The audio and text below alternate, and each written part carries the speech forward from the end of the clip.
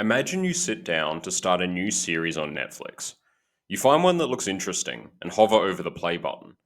But just as you're about to press play, you think, what if there's something even better? You keep scrolling, comparing ratings, watching trailers, looking for the perfect show. 20 minutes later, you're still browsing. This common occurrence demonstrates one of the two types of decision makers: maximizers and satisficers. A maximizer is someone who's always looking for the best possible outcome. They'll keep scrolling, researching, and analyzing until they're sure they've found the absolute best option. In theory, this sounds ideal, but maximizing has its costs. Maximizers often end up feeling less satisfied, second guessing whether they made the right choice, even after all that effort. As a general rule, maximizers do better, but feel worse. On the other hand, a satisficer is someone who decides on an option that's good enough without feeling the need to explore every possibility. They find a show that looks decent, then sit back and enjoy it without regret. Satisficers often experience more satisfaction because they aren't as concerned about what they might be missing out on. But which approach is better? And which type do you lean toward? If you find yourself needing to weigh every single option before deciding, you might be a maximizer.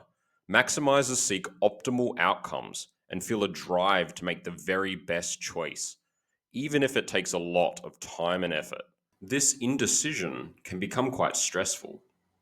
This approach can also lead to decision paralysis, where no decision is made at all.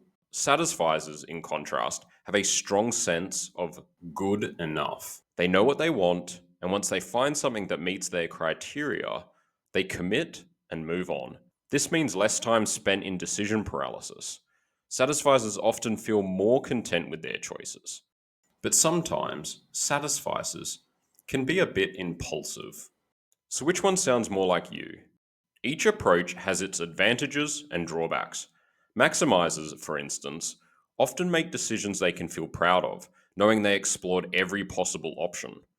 When it comes to high stakes choices, like choosing a job or making an investment, this extra time can pay off by helping them feel confident in their decision.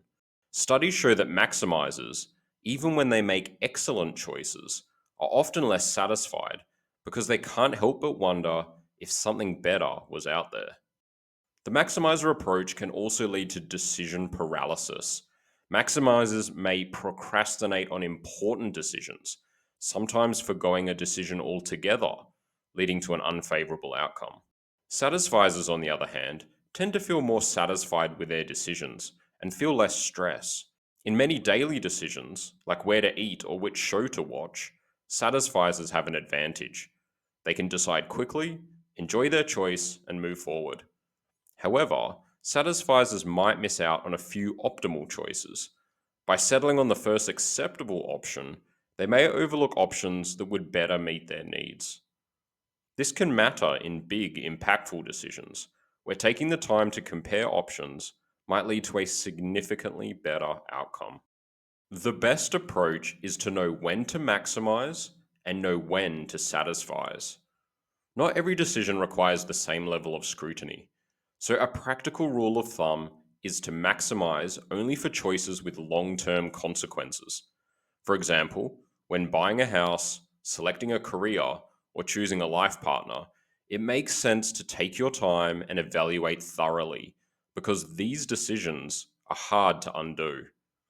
For smaller, everyday choices, like which grocery store to shop at or which Netflix series to watch, satisficing is usually the better approach.